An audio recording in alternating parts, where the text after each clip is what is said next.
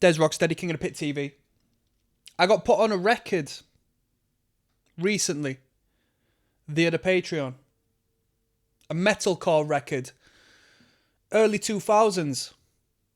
The perfect time to be in a good metalcore act, really. You know, that was the time when I started to discover alternate music, and bruh, you know, metalcore verged on a pop adjacent rise as far as attention and cultural impact was concerned. Now, it wasn't the 90s vegan edge Euro moshcore metalcore. It took more of a... put a long story short, it developed in a more professional manner. But with that being said, this band did clearly have roots within the generation that came prior. I got recommended this. I'd seen the cover of this album a couple of times. When you spend so long being as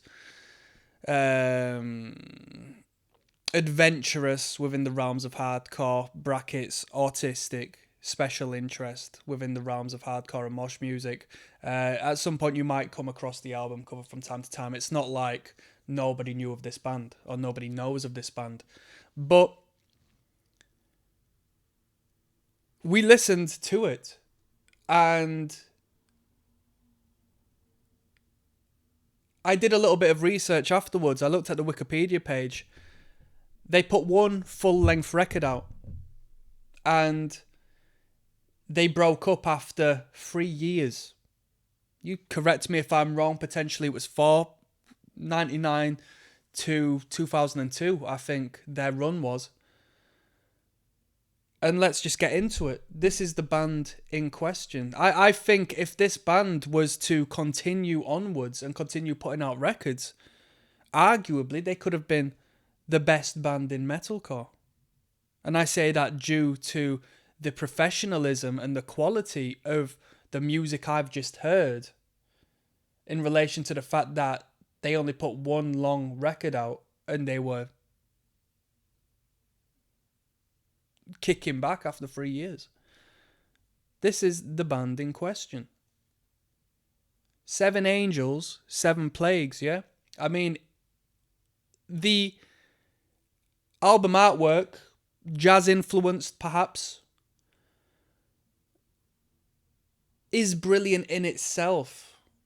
The branding is good, and now I'm going to go a little bit contrary to your general punk rock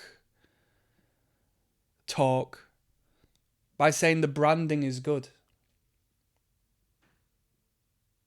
7 Angels, 7 Plagues is catchy, yet it applies itself to the genre and that what once was. There's a couple of instrumentals on this record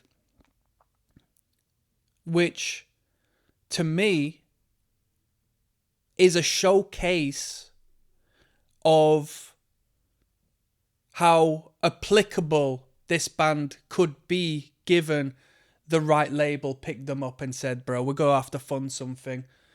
Let's keep this band developing. I mean, this was back in the time of A&Rs, artist and artist and repertoire. Right now, we don't need that sort of stuff, but back then, that's the A&Rs were coming up and developing bands and sending them in a particular direction. Whether you call that anti-hardcore or not, who cares? I think this band would have been up there, because we don't know where they would have developed from this record, and this record is... ferocious would be the wrong term, because it's not audacious in a overtly harsh, edgy manner. We don't have the song titles that are just,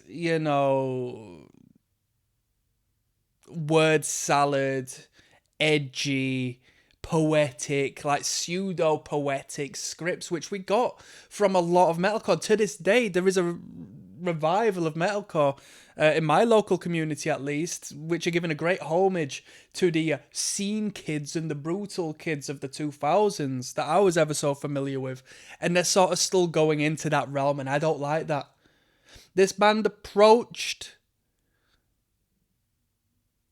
the metalcore game with such a maturity. And on a side note, I say, oh, this could be the biggest band of metalcore. They went on to do Misery Signals. So someone did. Is it Misery Index or Misery Signals? I don't know. I just had a brief look. But that's a well-established act. There was multiple other bands, but that was the one act I was aware of. But this band would have been bigger and better. The instrumental is fantastic. The guitar work is very professional. I'm a guitarist myself. I've been playing the guitar for, honestly, decades. And the overall quality in the production was fantastic. The vocal, maybe we could have,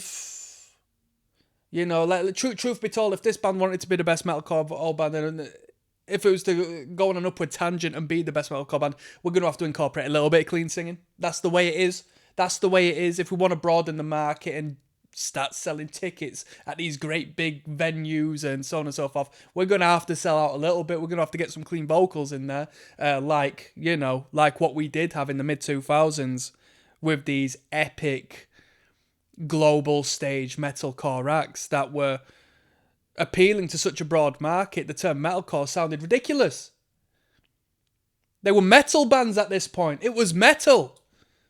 We didn't need to niche down because we were so broad in the application of the product. I think this record, I looked into this record because after being recommended it and listening to it, I thought, is this a cult classic? Or is this underrated? And after doing my research of how long the band was about and how soon they disbanded and how limited the material of the act was, I thought, it was just a matter of they didn't have time to shine.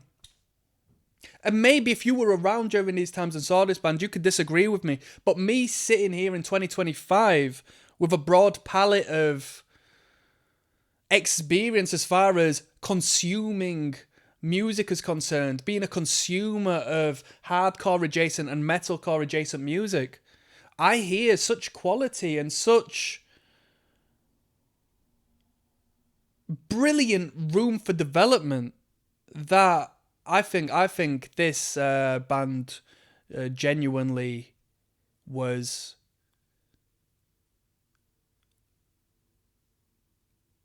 a missed opportunity for those involved. Maybe I'm wrong in saying that. It's all up for debate. You leave a comment down below. Am I chatting shit? Hey, I'm not. It's King of the Pit. This is my platform. Yeah! I got nothing else to say on that one. I'm signing out. One love.